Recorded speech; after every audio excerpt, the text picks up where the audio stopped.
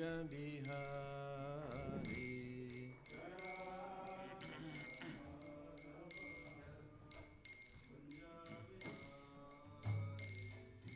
Gopi Jana Vallabha Girivaradari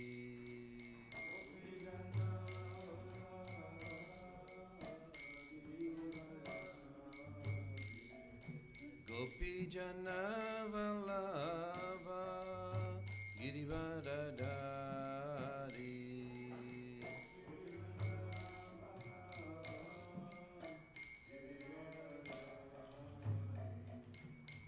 Yashodanandana Brajajana Ranjana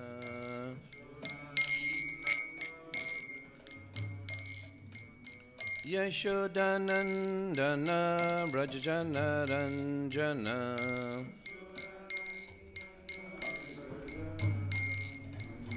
Jamunatira Vanachari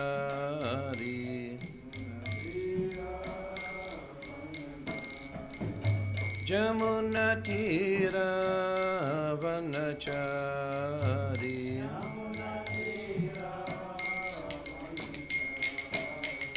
Jaya Radha Madhava Kunja Bihari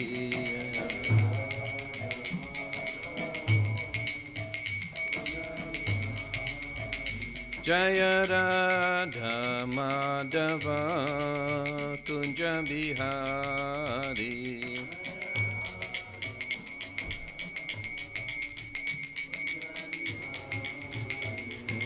Gopi Jana Vallabha Girivaradari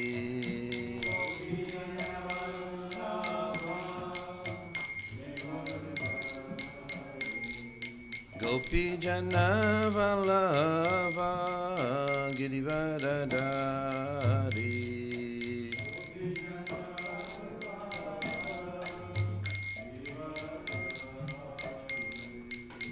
Yashodanandana Brajajana Ranjana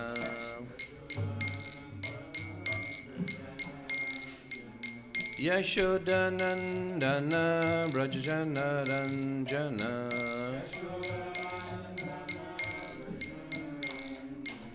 Jamunatira Vanachari Jamunatira Vanachari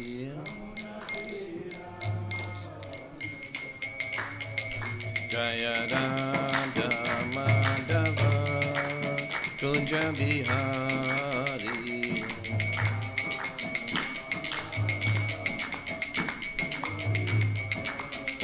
Jaya Radha Madhava Kunja Bihari Madhava Kunja Bihari Jayam Vishnupad Paramahamsa Parivajakacharya Astotara Shata Sri Srimad Divine Grace Abhay Charnar Vrinda Bhaktivedanta Swami Prabhupada Ki Ananta Koti Vaishnava Vrinda Ki Jai Lordship Paramakarna Sri Sri Gaur Nitai Nitai Chaitanya Chandra Nitai Gaurachandra Ki Jai ISKCON Hare Krishna Study Center Ki Jai His Divine Grace Srila Prabhupada Ki Jai All glories to the assembled devotees. All glories to the assembled devotees. All glories to the assembled devotees. All glories to the lotus feet of Sri Sri Gauranga Ranga. So,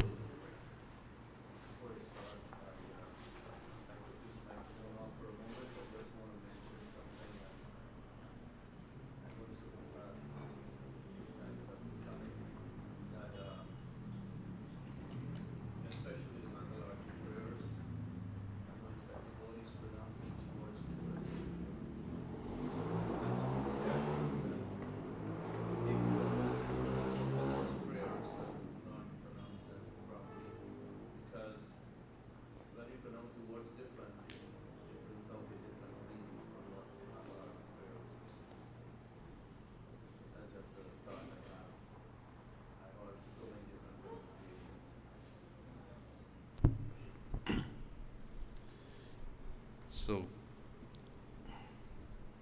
I guess we would start with Nectar of Devotion.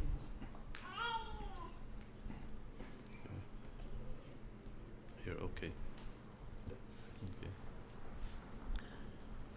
Om Namo Bhagavate Vasudevaya.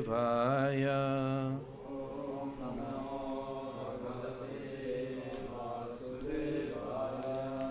Om Namo Bhagavate Vasudevaya.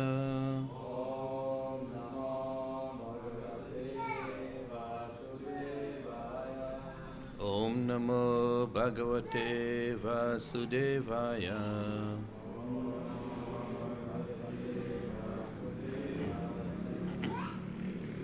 So we would start by reading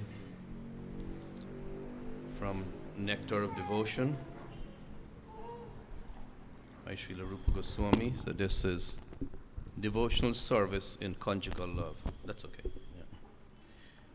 In the Pajavali of Rupa Goswami, it is stated that when the gopis heard the sound of Krishna's flute, they immediately forgot all rebukes offered by the elderly members of their families. They forgot their defamation and the harsh behavior of their husbands. Their only thought is to go out in search of Krishna. When the gopis meet Krishna, they display of their exchanging glances as well as their joking and laughing behavior is called anubhava, or sub-ecstasy in conjugal love.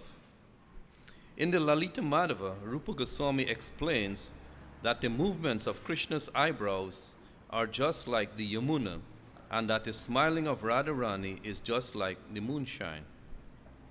When the Yamuna and the moonshine come in contact on the bank of the river, the water tastes just like nectar, and drinking it gives great satisfaction.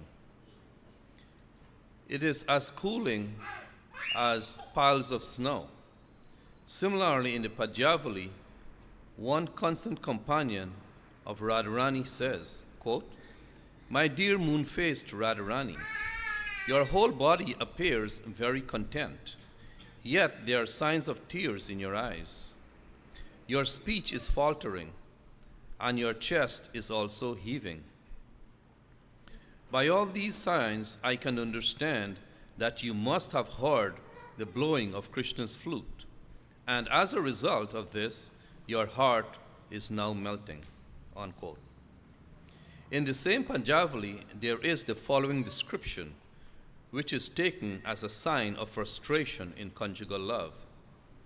Srimati Radharani said, quote, "Dear Mr. Cupid, please do not excite me by throwing your arrows at my body. Dear Mr. Air, please do not arouse me with the fragrance of flowers. I am now bereft of Krishna's loving attitude, and so, under the circumstances, what is the use of my sustaining this useless body? There is no need of such a body by any living entity." Unquote. This is a sign of frustration in ecstatic love for Krishna. Similarly, in the Dana Keli Kamudi, Srimati Radharani, pointing to Krishna, says, quote, "This clever boy of the forest has the beauty of a bluish lotus flower, and he can attract all the young girls of the universe. Now, after giving me a taste of his transcendental body, he has enthused me, and it is more than I can tolerate. I am now feeling like a female elephant who has been enthused by a male elephant." Unquote. This is an instance of jubilation in ecstatic love with Krishna. Sri Nectar Devotion Ki Jai.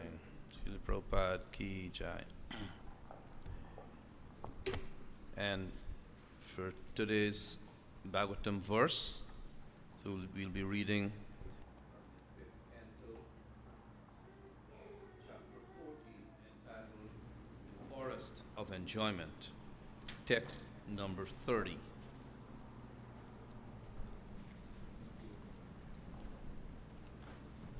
So,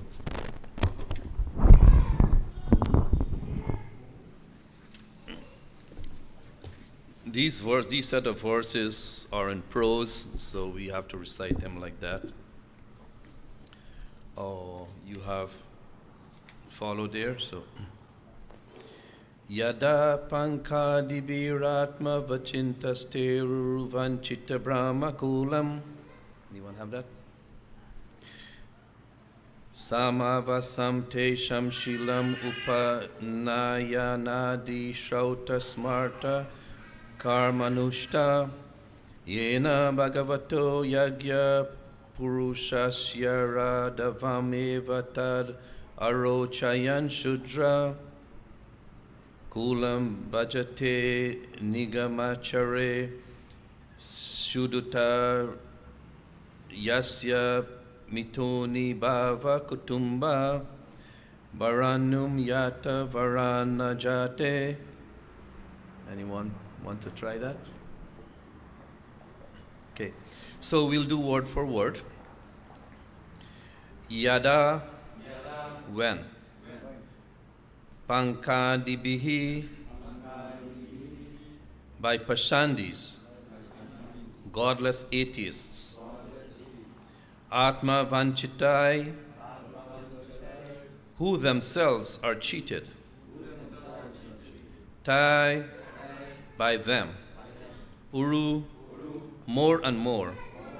Vanchitaha, being cheated. Brahmakulam, the bona fide Brahmanas, strictly following the Vedic culture. Samavasan, settling among them in advanced spirituality. Tesham, of them. The Brahmanas who strictly follow Vedic principles. Shilam, the good character. Upanayana adi, beginning with offering the sacred thread or training. The conditioned soul is qualified as a bona fide Brahmana. Shrauta, according to the Vedic principles.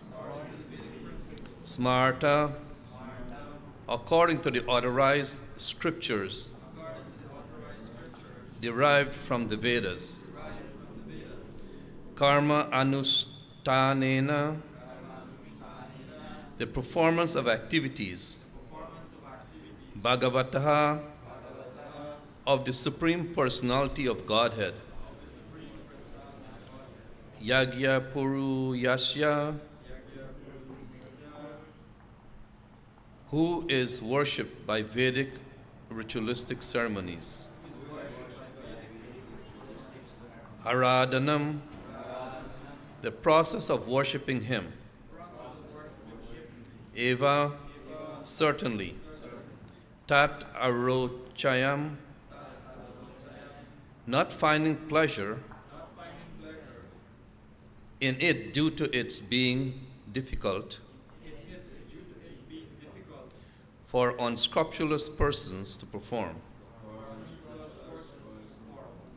Shudra Kulam, the society of Shudras. Bhajate, he turns to. Nigama Achare, in behaving according to Vedic principles. Ashuddhitaha, not purified.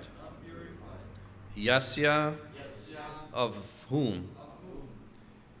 Mituni Bhavai, sex enjoyment or the materialistic way of life. Kutumba Bharanam,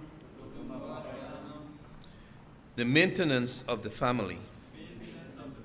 Yata, as it is. Vanara Jate, of the society of monkeys, or the descendants of the monkey.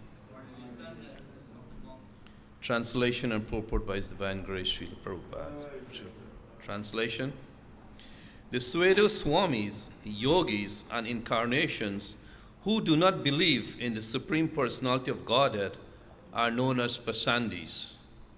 They themselves are fallen and cheated because they do not know the real path of spiritual advancement. And whoever goes to them is certainly cheated in this turn. When one is thus cheated, he sometimes takes shelter of the real followers of Vedic principles. Brahmanas are those in Krishna consciousness who teach everyone how to worship the Supreme Personality of Godhead according to the Vedic rituals. However, being unable to stick to these principles, these rascals again fall down and take shelter among the Shudras, who are very expert in making arrangements for sex indulgence.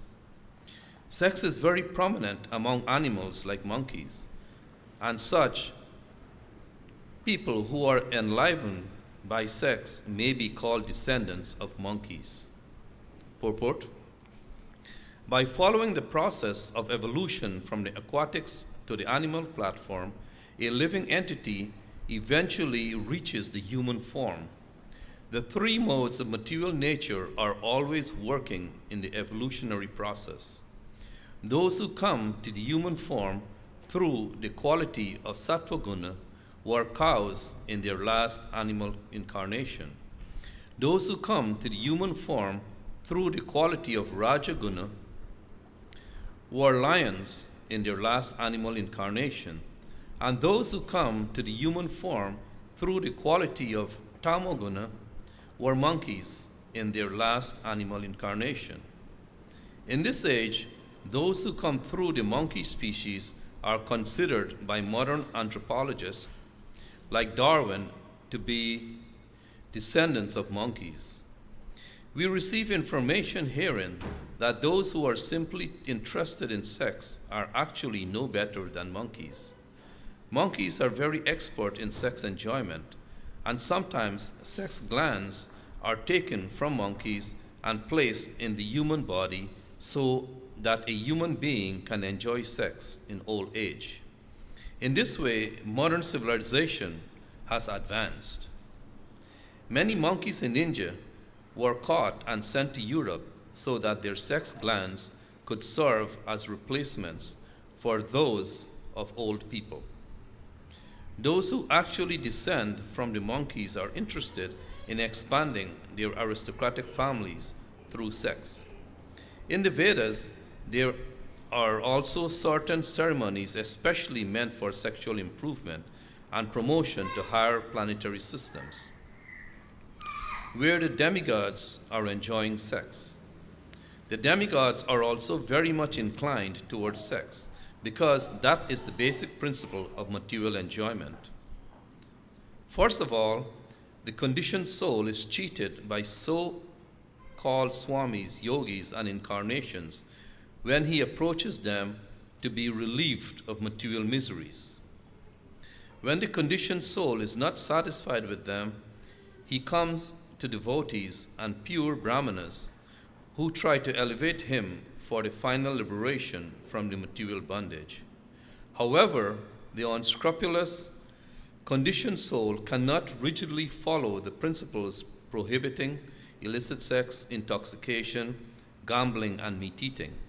Thus, he falls down and takes shelter of people who are like monkeys.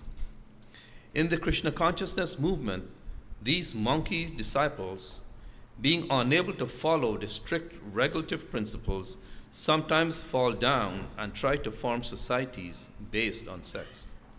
This is the proof that such people are descendants of monkeys, as confirmed by Darwin.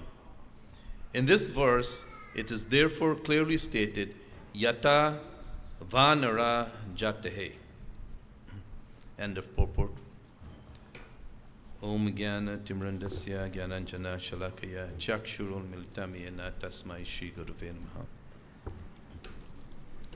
Nama Om Vishnu Padaya Krishna Prastaya Bhutale Srimati Shila Virbhava Prabhu Iti Namine Shri Shri Vrindata Vivira Padapad Pankaja Dayane Prabhupada Anuvadaya Nama Shri Virbhave Nama Om Vishnu Padaya Krishna Prastaya Bhutale Srimati Bhaktivedanta Swami Iti Namine Namaste Saraswate Deve Gauravani Pracharane Nirvishesha Sunyavani Paschata Deshatarne Vancha Kalpatarubhyascha Kripa Sindhubhya Evacha Patitanam Pavanebhyo Vaishnavebhyo Namo Namah Shri Krishna Chaitanya Prabhu Nityananda Shri Advaita Gadadhar Shivasadi Gaur Bhaktavrinda Hare Krishna Krishna Krishna Hare Hare Hare Rama Rama Rama Hare Hare Hare Krishna. So in this verse today, the most prominent topic in the material society is being discussed, the subject of sex life. And about the most prominent subject in spiritual society is also mentioned here. Same thing about sex indulgence.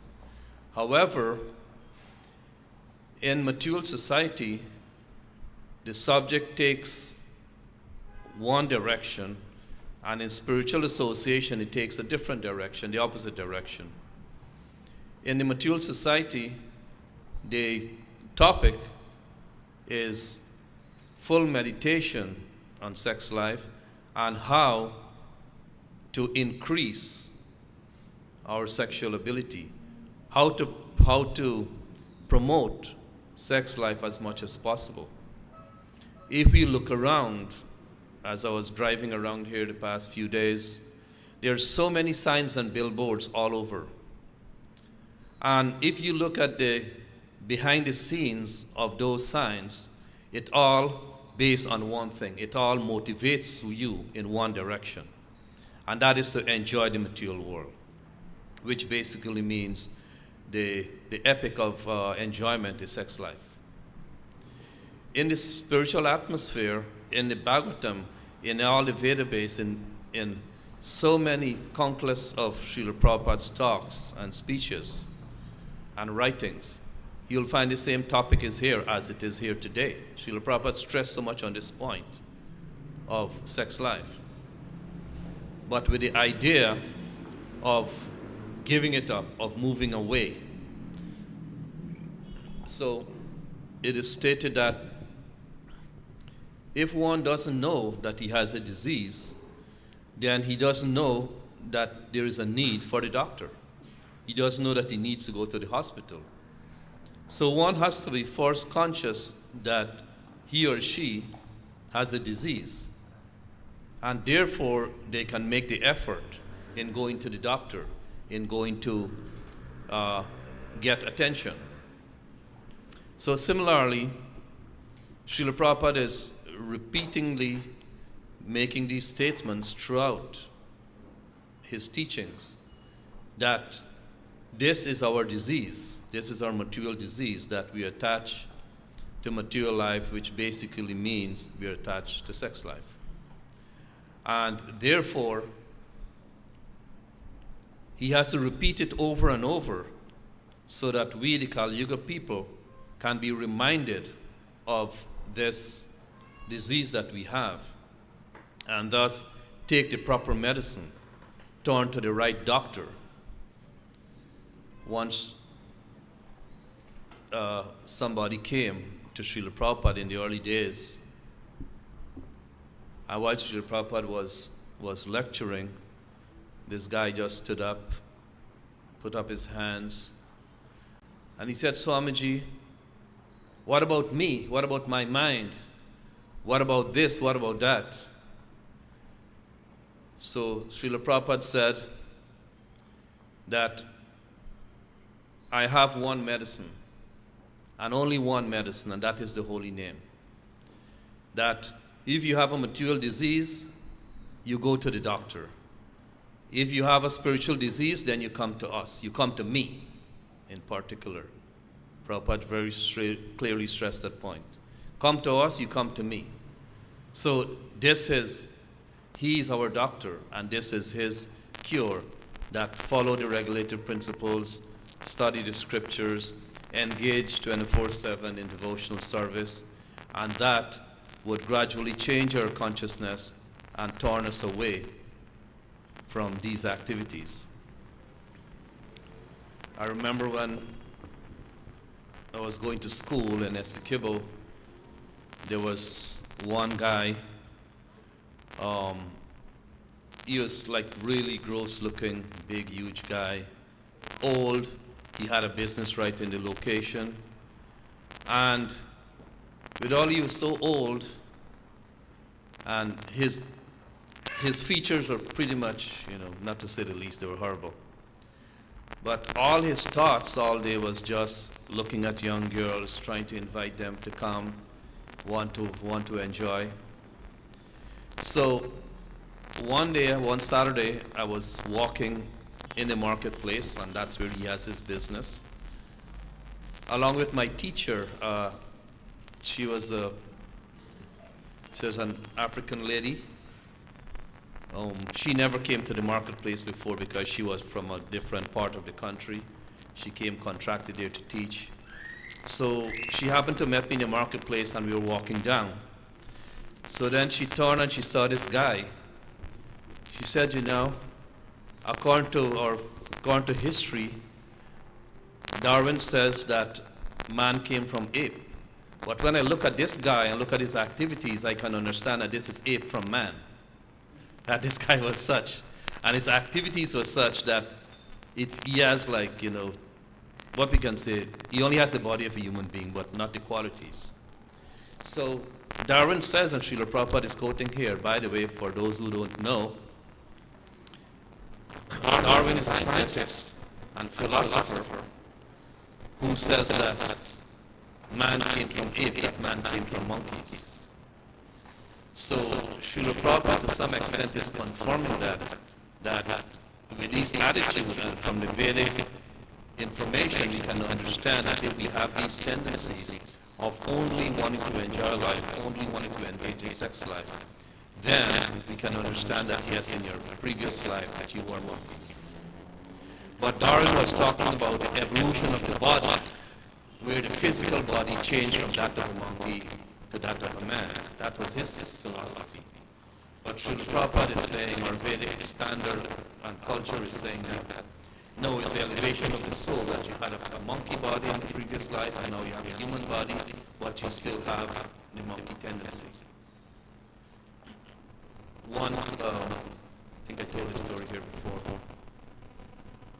Once there was an old Brahmin in India. He and his wife, they're old and poor, and they had 2 donkeys that they used to go around, and move people's merchandise around, and that's how they make their living. But it was very difficult. So one day, this Brahmin was lamenting to his wife. They have this old hut, and the sides are open. People are passing in the village. So he was lamenting. He said, my dear wife, that we are so poor, we have nothing. We only have these 2 old donkeys. That if we had sons instead of these donkeys, then they would have been working and maintaining us. So whilst he was speaking like this, 2 robbers were passing, and they heard. So they decide to, as usual, like when someone is in a bad spot, others would come forward and said, well, I'm here to help, but indirectly they're here to cheat you more, because they know that you're very vulnerable. So they came and they disguised themselves. They changed their clothing, and they came to this old Brahmin and said, we are mystics and we are astrologers, and we can make your 2 donkeys into sons, and that they would work and support you. So give us these donkeys. So now the only source of support that the Brahmin and his wife had were these 2 donkeys. So they took that away. And then they came back and they said, now your donkeys have become men, that they're now your sons. So he said, well, where are they? He said that one of them is a magistrate and one is the judge. That at court day tomorrow, you go there and you go and praise them and hold on to them, and you'll see that they would give you money. So the Brahmin was convinced. So he went there, and as he was there, the magistrate was passing. So then he went and he held on to the magistrate. He said, oh, my dear son, just see that you were a donkey and now you became a man. And now you're looking so nice, you have such a good education, that now you can support us. So the magistrate is thinking, this crazy old man, what is he talking about? So to get rid of him, he pulled out $10 from his pocket, he gave him. And then, so he turned to his wife, he said, you see, it's working. Look, the magistrate, he gave us $10, that this can last us for so long. And then the judge was coming, and he went to do the same thing with the judge. So the judge didn't bother with him, the judge was walking up the step. So as he was walking up, the old man went to hold on to his leg. He said, oh, my dear son, now you have become man, and look, now you're the judge. So the judge is thinking, this crazy guy, what is he talking about? And he's trying to, get him off his leg, and he wouldn't lose his leg. So, he's up, and the old man is down, so he gave a little kick. So he actually kicked the man, and the man got upset. He said, you, just look at you, that even though you become man, you still have your donkey tendency, you're still kicking.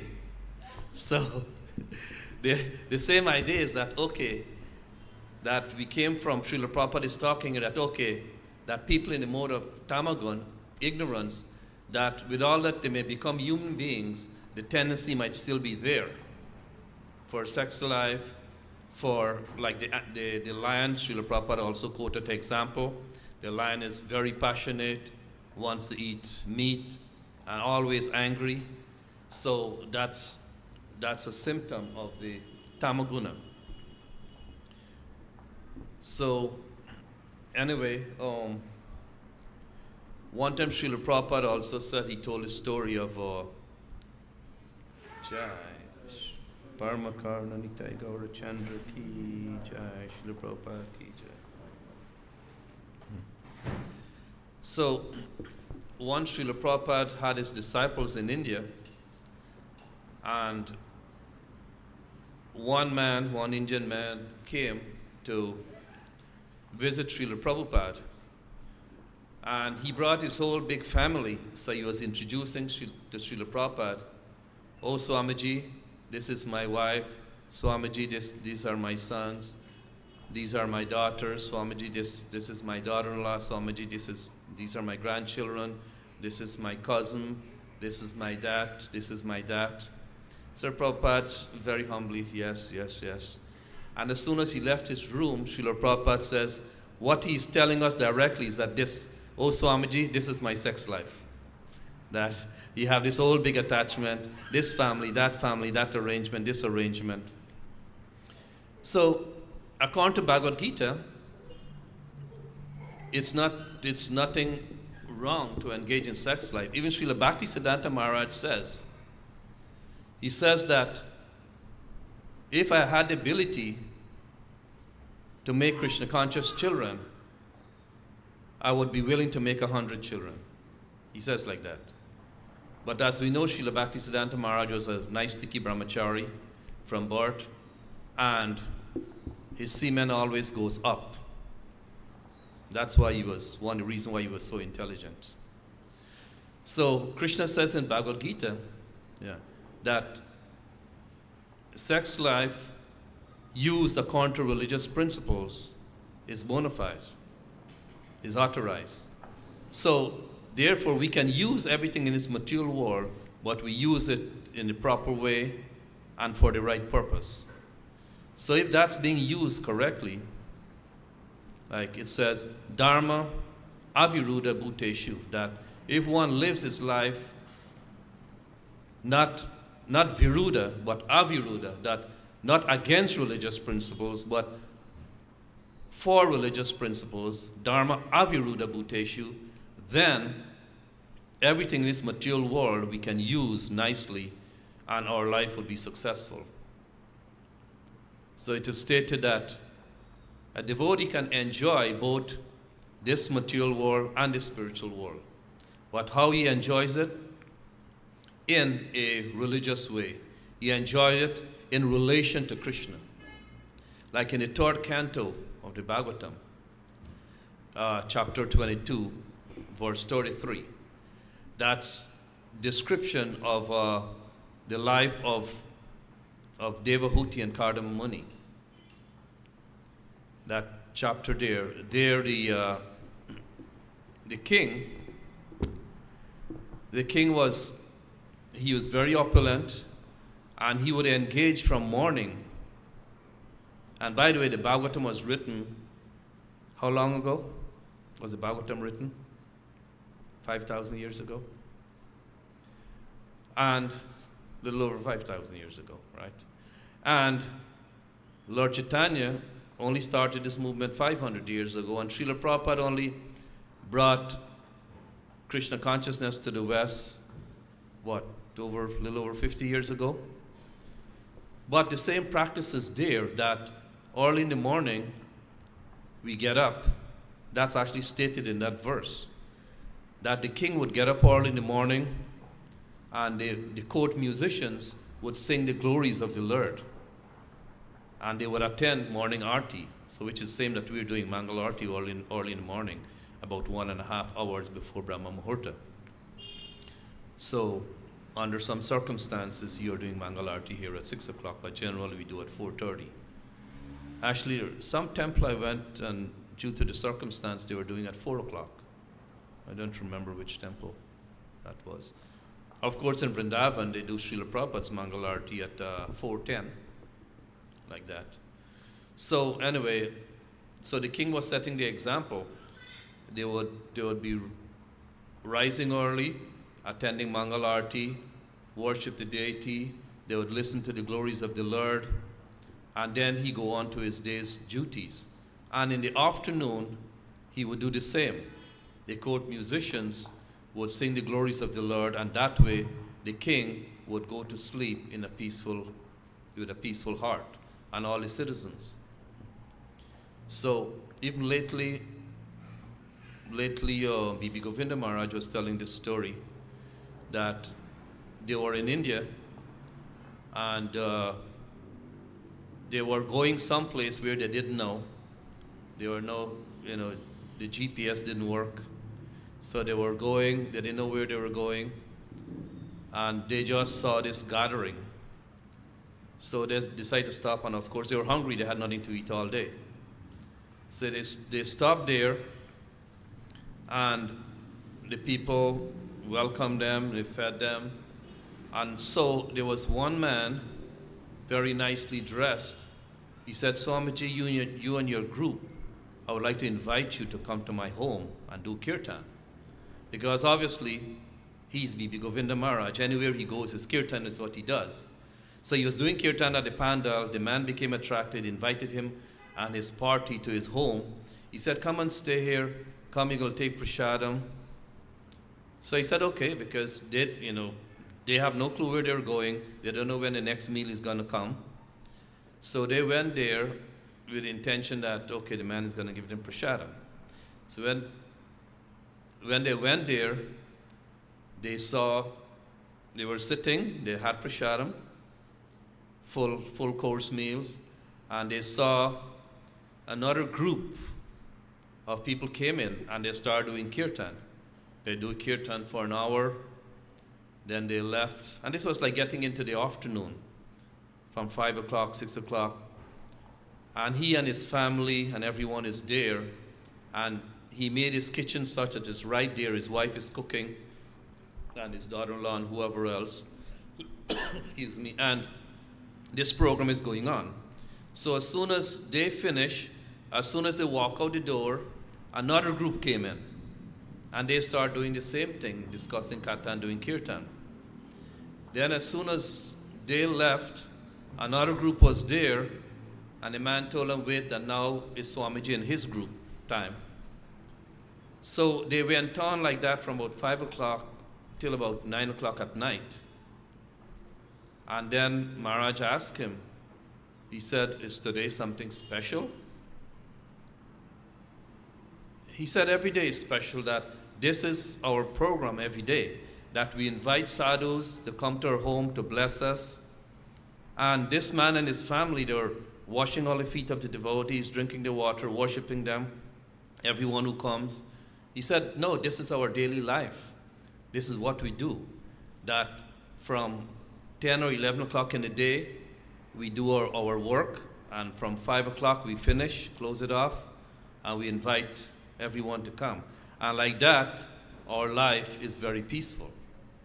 So this is exactly what Srila Prabhupada is giving us, that if we practice this, then the tendency of this material world would gradually die away, and our life changes.